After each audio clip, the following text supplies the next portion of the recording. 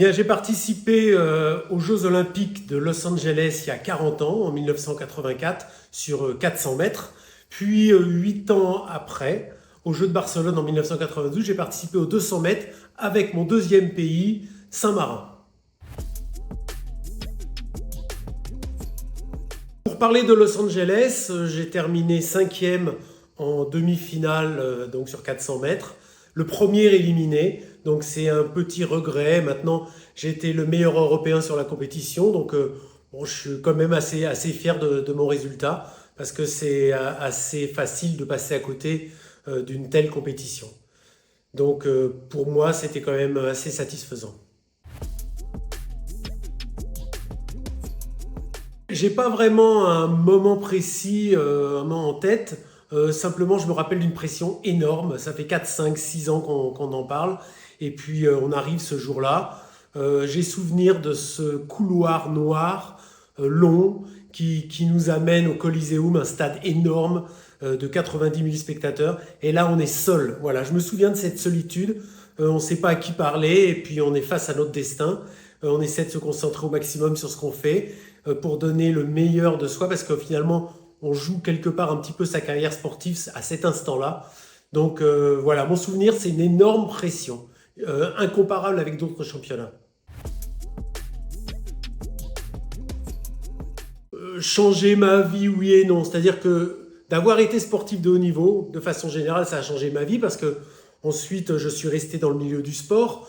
Maintenant, avoir participé aux Jeux, c'est une grande fierté que je porte en moi tous les jours. Donc voilà, ça fait partie de ma vie. Je sais que je rencontre de temps en temps d'autres sportifs qui ont fait aussi ces Jeux Olympiques. Et en fait, il y a une certaine fraternité entre nous. On a une expérience commune. Donc voilà, cette expérience, enfin, je la porte en moi, elle fait partie de moi. Ah bah je pense que les sportifs français ont une chance énorme de faire les Jeux à domicile. Je pense que le fameux home advantage va exister, et même s'ils vont avoir une grosse pression, mais vraiment moi j'aurais bien voulu être à leur place parce que là on avait des horaires de décalage, des heures de décalage à Los Angeles, etc. Et donc c'est vrai qu'il n'y avait pas la même ferveur en France qu'il va forcément y avoir à Paris dans quelques jours. Aujourd'hui, je coordonne la communication sur les 3 sites du Crêpes Provence-Côte d'Azur, donc Antibes, Saint-Raphaël et Aix-en-Provence. Je suis épaulé de Florentine de Michel et nous essayons de coordonner donc tous les secteurs de la communication. Et c'est vrai que cette année olympique était un peu particulière, aussi bien à l'externe qu'à l'interne.